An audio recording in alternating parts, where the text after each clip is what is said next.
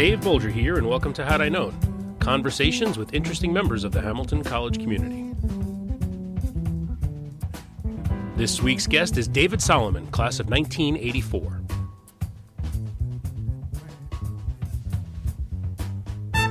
Oh, all right.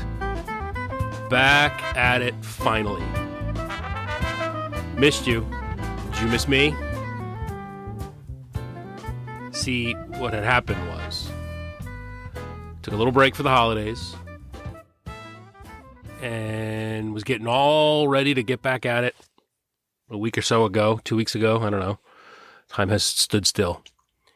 And the plague hit. The plague entered my house. I don't know, my voice may sound still a little scratchy. I'm coughing a lot, I'm not going to lie. I was not asymptomatic. Some may say I was all symptomatic. But it's all good now. Everyone's fine. We're all fine. How are you? Got a lot of texts, emails, messages asking if Had I Known was done. No, just the plague. Just a little bit of the old COVID. But it was nice to be missed. That felt good. But we're back. So a belated Happy New Year. I think we're past the point where you can actually still say Happy New Year, but I'm going to say it to you anyway because it's been a while. Happy New Year. Let's see, what's gone on since we last talked? I don't think I mentioned on here that I got to do Travis Hill's podcast, Life on the Hill. That was fun. That came out. I'll link to that in the show notes. If you want to hear me talk to Travis a little bit more, had a great conversation with him on this show and did a little quid pro quo and talked about myself over there. It was fun. Check that one out. Link in the show notes. And other than that, resting, recharging, and then losing that charge and now recharging again. And we're back. And no, we're not shutting down Had I Known. Far from it. Got a lot of great guests lined up. And I thought we'd start with the first one in 2022 with the top guy, the chairman of the board, David Solomon, class of 1984, otherwise known as the chairman CEO of Goldman Sachs. He's a busy man, so I didn't have a lot of time with him, didn't go as deep as I normally would on some points of the conversation, but it was good to get a little bit of David's story and what it is about Hamilton that has kept him coming back and supporting the community for so many years. And I had to throw in a little bit of rugby talk as well, because he's a fellow rugger. So let's get the year kicked off with the first Had I Known of 2022 with the chairman of the board, David Solomon, class of 1984. Thank you for doing this. My pleasure. It's an interesting podcast location you have. It looks like we're in your closet. Okay. I like to call it my recording studio. Okay. I'm sure you can imagine the importance of acoustics. I can absolutely imagine the importance of acoustics. But I'm sure anytime you need good acoustics, you have a better setup than this, but it works pretty well. Good. So I'd like to talk. When did you graduate from Hamilton? 99. 99. Okay. Yeah. You're a much younger member of the Hamilton community than I am. Well, we have a similar hairstyle, though. So absolutely. But I had that hairstyle when I was your age too. So this is what it looks like 20 years later. It works. I like it. I have something to look forward to. It works. So I'd love to talk to you about your Hamilton experience and sort of what impact it's had on you and your career. And that's sort of the conversations I've been having with folks over the last couple of years. So to start, I guess the question is, if it's about the Hamilton experience, how did you end up in Hamilton? I grew up in Westchester County, and if you go back to when I was applying to schools in the fall of 1979, the winter of 1980, people didn't stray as far. The aperture wasn't as far. So I was looking at schools in New England, and the real bottom line was I wound up at Hamilton, I think for two principal reasons. Number one, I applied because both my parents had gone to Cornell. And I went up to visit Cornell, and I just thought it was a very, very big school. And I had this vision that I wanted to go to a small school. And my father said to me, if you're up at Cornell and you want to go to a small school, you should stop by Hamilton and take a look at Hamilton. And I stopped by Hamilton, and I kind of liked it. But the real principal reason I wound up in Hamilton is because I didn't get into Williams. So I applied early decision to Williams. I was deferred. I then applied to a bunch of other schools and got into Hamilton. And, I really had my, I got into some larger schools, and I really had my mind set on going to, a small liberal arts school. And Hamilton really fit that bill. And so I would say I stumbled into it more than I purposefully, went toward it. But it obviously turned out to be a terrific experience for me. And I had a brother who obviously followed on, and we overlapped for a year. And also one of my daughters attended Hamilton, recently. She was she must have been class of 16, I think. Mm-hmm. And talk to me about the what campus was like, life at Hamilton in the 80s. Well, it was a different period, but just pulling up to campus, the fundamental structure of what campus looked like was fundamentally the same. Obviously, there's some buildings that exist now that didn't exist that are quite prominent, like the Science Building, and the Kennedy Center, and the Wellen Museum, and the way KJ has been, really evolved as a much more significant building. But, when you step away from that, fundamentally the campus kind of looks as though it looked, particularly as you drive up the hill. It was a different time, though, because the first coeducational class to graduate from Hamilton was 1982. Mm-hmm. And so I was coming on the hill right as that transition was going on, when Kirkland was going away and Hamilton was becoming Hamilton. Yeah. And I think mine was the second class that actually men and women applied to Hamilton. So I'd say there was a little bit of transition. The social life was really, dominated by the fraternity system, in a meaningful way, and the fraternities were residential. But fundamentally, in terms of what it looked like and how it appeared, it doesn't look that different today than it looked when I drove up onto the hill in the fall of 1980. Yeah. I've talked a lot on this show with people about the experience I had in the mid to late 90s, where there was another transition happening, because I was the first class to experience the end of the fraternity system as you knew it, right, with the residential life decision. So I'm curious, because there's a lot have been made of that, living through that transition. As you were coming at the end of the transition you mentioned with the combination of Kirkland, what were you feeling? What was what kind of impact do you think that had on students in your experience? Well, it was a period of change, as all periods are. Every period gets put into place in time. Yeah. If you think about it, I was arriving, on campus after the difficult economy, the massive inflation, kind of the struggles of the 1970s. Obviously, Jimmy Carter's presidency was ending, and Ronald Reagan was moving into office. There was a lot of change in the air, from a macro perspective. But on campus, things were relatively, simple. Hamilton was a liberal arts school that was becoming coeducational. It was serious academically, but it was certainly, social too. But it was also a very, very homogeneous community, because at the time that I matriculated in Hamilton, 65% of the students were from New York State. Wow. And so, if you think about it, it was a very narrow lens. It was a bunch of people from New York, and then there were people from Connecticut, New Jersey, and Pennsylvania, and Massachusetts, and all. But it was, the vast majority of the students, 2/3 of the students, came from New York, and big constituencies from Buffalo, from Rochester, from Syracuse, from Schenectady, from Albany. You really think about what a city like Rochester was like at that point in time, with big important companies like Kodak and Xerox and Bausch and Lomb, big middle-class bedroom communities. Yeah. This was a relatively homogeneous institution. Yeah. And obviously much different today. But it was, it felt very comfortable to me, comfortable to me. And then in addition to our incredible hairstyles, another thing we share in common is experience playing rugby on that campus. Talk to me about rugby at Hamilton. Well, I had played, some high school sports. I wasn't good enough, to play anything on a collegiate level. I thought I might have a chance to play tennis, and I came up and tried out for the tennis team fall of my freshman year, but couldn't work. But I loved, I loved sports, and, I loved to be active.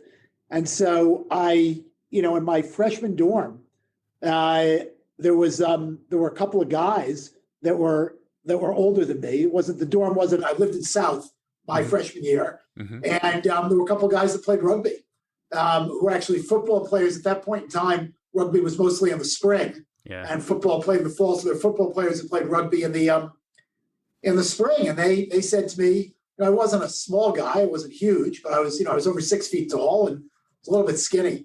But they said to me, "You'll make a perfect second row, and you want to come play rugby." And so I was looking to be active. It's a good group of guys, and so my freshman year I got involved, and I really enjoyed it. And actually, it was interesting because I got up to school, and again, because of the way the fraternity system worked, a lot of my initial experience was around who I met and how I ultimately affiliated in my freshman year. But this gave me exposure to a much broader cross section of people. Across the firm, across the campus, and the result of that is I think it really broadened my social network in a really positive way. And plus, I wound up, I knew nothing about rugby, but I really quite enjoyed it. And I played for all 4 years. Ultimately, we played both in the fall and the spring. And I actually, I became a quite competent rugby player. I moved from second row to wing forward, and really, really enjoyed it. It's not often at that stage in your life you could be introduced to a fairly major sport and have to learn it, but also learn it with just about everybody else. Like you said, you didn't know how to do it, but there are very few people who step foot on the campus knowing how to play that sport. And you're all learning it together, and there's something about that experience that binds people even more, I think. It was a great experience, and you're exactly right. There were no, I don't recall anybody that grew up playing rugby that was that was there playing. So we were all learning. But one of the things I loved about the game, the perception of the game is it's a bunch of people plowing into each other. Yeah. And the reality of it is it's a hugely tactical game, And I've always been kind of a slow guy who can't jump, but it really allowed you, because of the tactics, if you were smarter, you could really take advantage and be very tactical. And, even without a lot of speed, you could have a huge impact. Anticipating where the ball is going to go. Anticipating where the ball was going to go. Yeah. Anticipating what was going to come out of the scrum. Yeah. And so it really was, to me, it was both athletic but intellectual, and met some great people. And by the way, it's a very social sport, as you all know. Yeah. And so, I really enjoyed it. It was an important part of my Hamilton experience. Not to sound cliche, but anticipating where the ball is going to go is a skill that translates well to other fields as well. Oh, wait, translates well to lots of fields. So I'm curious, as you're thinking about what's going to happen post-Hamilton, what was the plan? So I went to Hamilton with a strong point of view that I was going to go to law school. Okay. I wasn't sure that I was going to be a lawyer, but I had a mom who really believed in a professional education. And so, she was always pitching, lawyer or doctor. I was not a very good science student, didn't really think much of the physical sciences. So medicine was out. And law seemed like a reasonable path. But in a story that's been well documented, I didn't do great on my law boards because I was, out doing something else the night before. And as a result, I kind of looked at my options based on the way I performed on the law boards. And I said, you know what, maybe I should get a job for a while and revisit the concept of law school. And that led me to kind of apply to a handful of jobs with banks in New York in the early 80s. Banks in New York were hiring people and putting them through a one-year training program that really was like a business school experience, but where you were in office with people in a professional environment, getting paid, to basically go to school. And so I was lucky enough to get a job at a commercial bank, the Irving Trust Company, and moved down to New York with a bunch of Hamilton buddies, and all of us working in financial services. Really, at that point in time in the early '80s, when financial services was really starting to expand, and it was a really formative experience. And I decided after a year or two I really liked it, and I was going to spend more time trying to advance myself in that career path. And what is it that you like about it and that's kept you in it for so long? Well, at the time, what I liked about it and it still is true. It's an extremely entrepreneurial business. Finance is a very entrepreneurial business, and it puts you in intellectual engagement with people on a constant basis. And so there's an enormous amount of intellectual stimulation. You meet and you engage with very, very smart people that are challenging you on a regular basis. And every day is different. Markets are active, markets change. What goes on in the world affects markets. And you very quickly realize that there's this complex web of economic activity that's tied to the macro environment and markets that's super fascinating. And I got very interested in it, and it kind of got me hooked. And I started to find, opportunities where my skills, and some of the skills that really had been honed at Hamilton, were really, really helpful. I think one of the most important ones was the ability to communicate, both, written and oral communication, which was a real foundational part of a Hamilton education, even back then, was hugely important.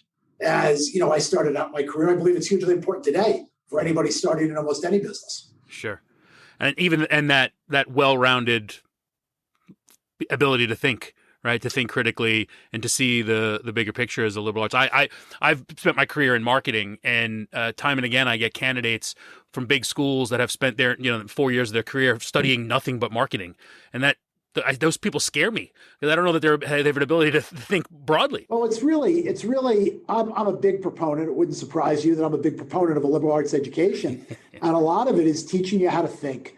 Yeah. It's teaching you how to think about the world. It's giving you perspective on the world because you study a broad array of things, and it opens your aperture to the broad world that we live in. And I think that's hugely important just for personal development. And I think it affects you, both in life and in professional career, to have that range of experience and insight and opportunity to think about things in a very broad way. So given that, when you have an opportunity to speak to Hamilton students, and I know you do fairly frequently, what kind of advice do you give to Hamilton students looking to follow in your footsteps? Well, when I talk to Hamilton students who are in school, there are three very kind of simple pieces of advice I give that I think benefit anybody, no matter what you want to do in life. And not all of them are popular, but I think they're good pieces of advice. The first, broadly, is you don't have to know the answer. You don't have to know where the destination is. You don't have to be in a hurry. It's very important to go do something and get engaged, but it doesn't have to be the final destination. It's a marathon. It's not a sprint. You don't have to be in a hurry. That's kind of a big, macro way to think about coming out of college and starting a career. You don't know where the road's going to take you, but it's not a straight line. And just because you start in one field doesn't mean you're going to spend your career there or finish there. And so, go out and experience something and learn and put yourself by people that are smart and are interesting that you can learn from and be open to learning. Then I get more specific. Take a semester of accounting, no matter what you want to do in life. Okay, just understanding the basic principles of accounting and how businesses work is hugely beneficial. Even if you're doing something creative. I have a daughter who's a writer, went to Hamilton, who's a writer, and she's become quite business proficient. She did not take my advice and take accounting while she was at Hamilton, but she now would admit that she should have because she writes and she's got an independent business. And, she's had to learn a variety of things that she now recognizes why they'd be so important structurally for her. And I think that's true for everyone. Second, learn how to communicate, both in writing and be able to speak publicly. Hugely important skills, no matter what you want to do. And third, while you're at college, pursue something that you're passionate about. Just because you're passionate about it has nothing to do with what you're going to do or where you're going to go. Try to find something that really brings out your passion and spend time on it, whether it's academic or otherwise. And what was that for you? Well, for me, there were two things that I think I did while I was at Hamilton that were just really of interest to me. I had a real interest in American history, and even though I was going to be a government major because I think about going to law school, et cetera, I started to find ways to really spend time and take courses around American history, just because I had a real interest in it. I wound up one of the most amazing experiences I had with the professors. I took a seminar my senior year with Duncan Rice. You'd probably remember the name, was the dean of the college, back in the early 80s. Really, really extraordinary guy who was a deep, deep expert on kind of, the Civil War, slavery, emancipation, and that period of history. And it was really, he taught me how to think about things in a very, very different way. And he really spurred, my interest, in that period of time, in that part of history. And so, American history broadly was something that I kind of found, I was like, wow, I'm really interested in this. This is, and by the way, I never thought I was going to go be a historian or a college professor. And by the way, I certainly haven't been, but that interest, taught me to think about things or to look at the world sometimes in a different way. And the second is rugby became a huge passion.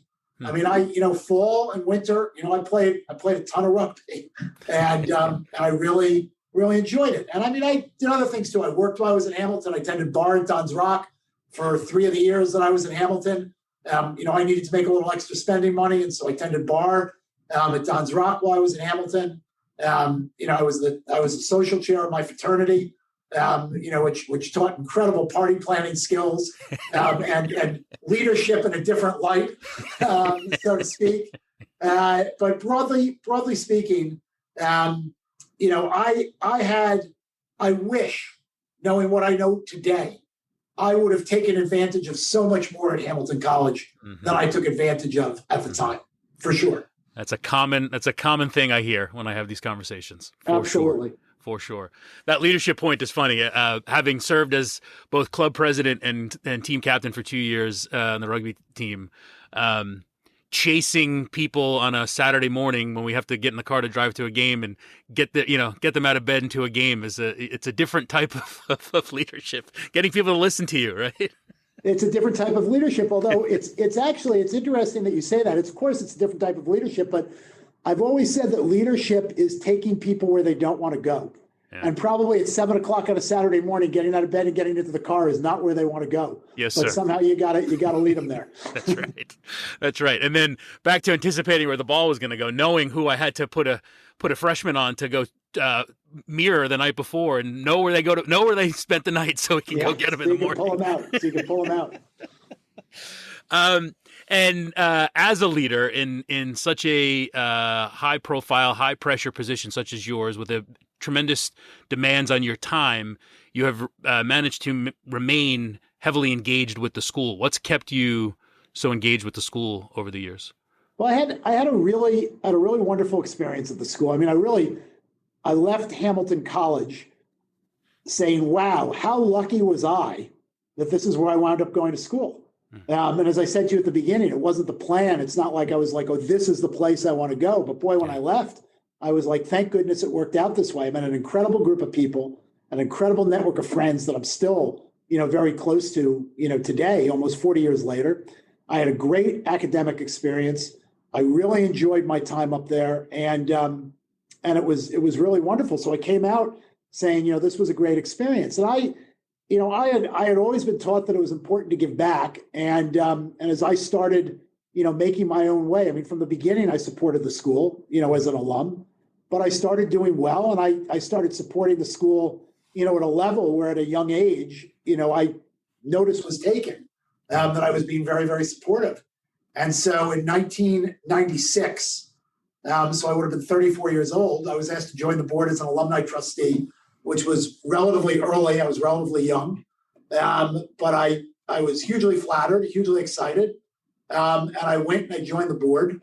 And I actually found that I really, really loved it. It was, again, a very, very intellectually engaged group of people that were hugely passionate about making the college better. At the time, and you referenced this was 96, you were there. This is when you were there. Yeah. The college was going through a transition, and I was the new guy on the block, but the people that were leading the college at the time were committed to really enhancing the academic reputation and figuring out how to strengthen the college for the next 20 years, 20, 30 years. And I think they did a great job. Leaders at the time that were leading the college, Stuart Scott, Kevin Kennedy, Yeah. Jeff Little, Chet Sweda. They were really convinced, and there are others, they were really convinced that they could do the right things and make investments and really continue to strengthen the college position. And they really provided an extraordinary amount of leadership. And so I loved engaging with this group that was up there. I spent 4 years as an alumni trustee. They asked me to extend for 2 years.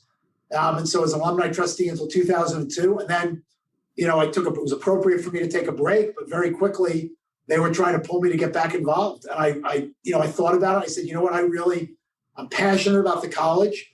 I've learned a lot the last 6 years helping. And so I signed on as a charter trustee, and I've been pretty actively engaged since. And I'm very proud, the broad group of leaders that over the last couple of decades have really invested time. If you look at the college's position, its reputation, its physical plant, its capital position, its endowment, the progress that's been made is really extraordinary. And the leaders, I've got big shoes to fill, because the leaders that have come before me have done an extraordinary job. Steve Sadoff has done an extraordinary job, over the course of the last, 10 years in leading the school. And so I think the school's in great shape, and I'm humbled by the opportunity to try to make a small contribution to continue to move it forward. What do you see on the horizon? What are some areas of focus for you?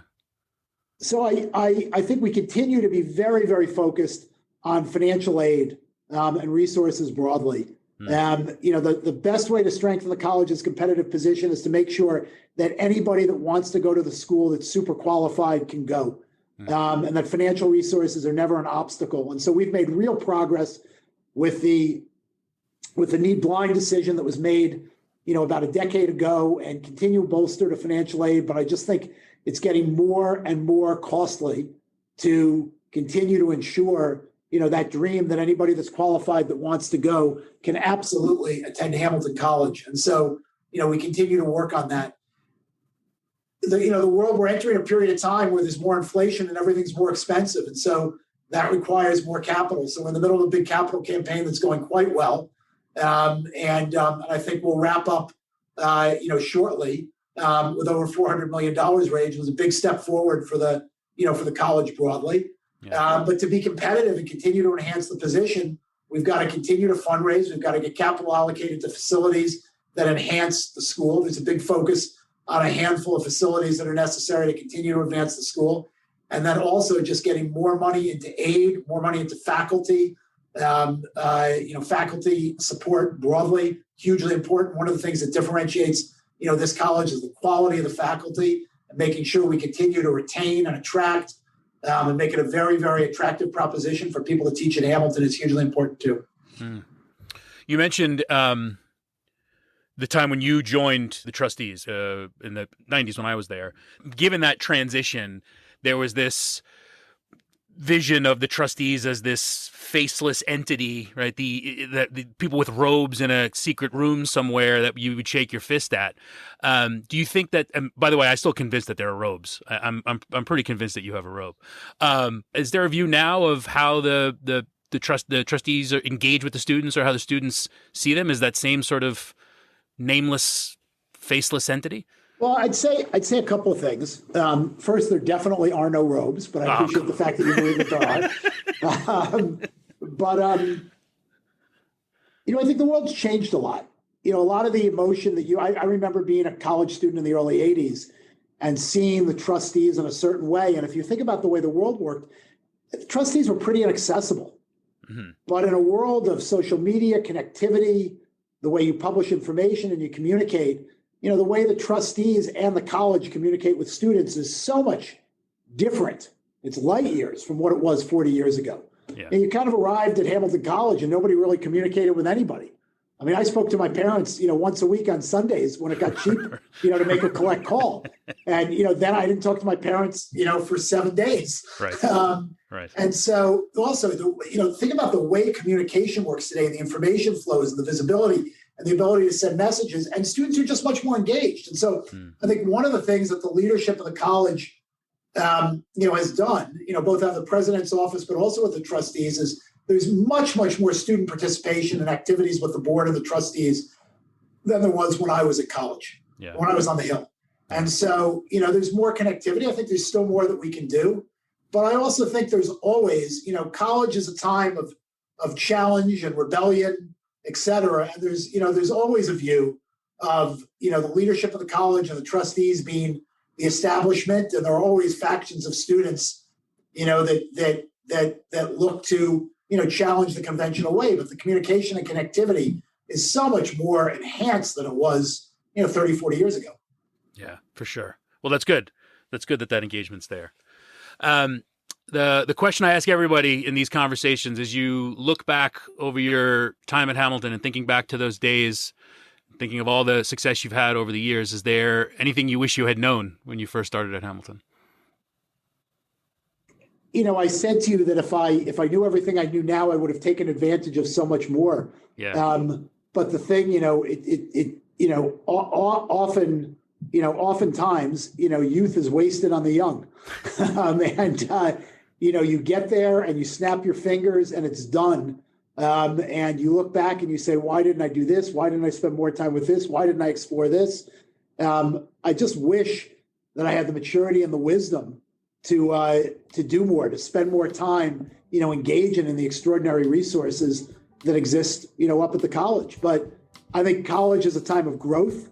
It's a time to learn. It's a time to explore. It's a time to come into your own and figure out a little bit more who you are. But you don't leave college as a fully formed adult knowing who you are. It's just part of a journey, and you're in the middle of that journey at that point in time. And so I think it was, for me, it was a good journey. There were ups and downs, but it was a hugely important formative time in my life.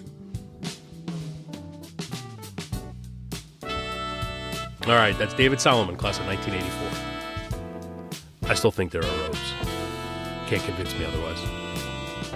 My thanks to David for joining this week. It was great to talk to him and hear a bit about his story, and certainly appreciate the ability to carve out some time to have a chat. All right, we're back at it. We're back in the swing. Good to talk to you again. Hope you enjoyed it. And get ready for many more great guests this year. And as always, if you have any suggestions on who I should talk to, who you want to hear on the show, or any other thoughts or feedback, please reach out. Had I Known Show on social media, hadiknownshow@gmail.com. Drop us a line.